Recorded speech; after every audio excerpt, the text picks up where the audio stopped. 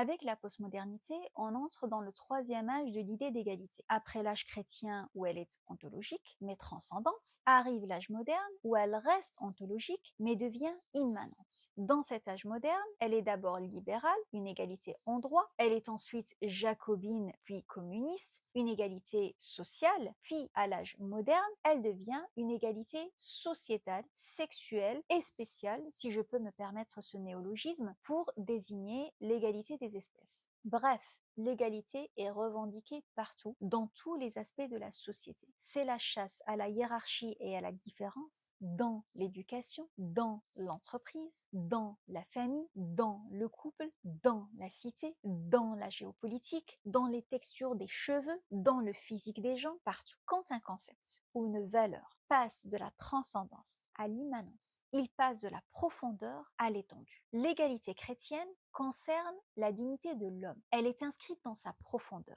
Mais quand l'égalité s'applique au monde matériel, immanent, elle s'étend à tous les aspects de la vie. Toute inégalité devient injuste. Et comme toute différence crée de l'inégalité, chaque différence devient une injustice à effacer. L'indifférenciation est alors appelée justice sociale. Sans la morale religieuse, l'envie et les désirs deviennent légitimes et remplacent les aspirations spirituelles. Mais comme ils ont été stigmatisés pendant si longtemps par la religion au point de marquer notre morale, ils sont déguisés en besoins et promu au rang de vertu. Mais le besoin ne touche qu'aux choses vitales, tandis que l'envie concerne des biens superflus qu'on veut dès qu'on voit que l'autre les a.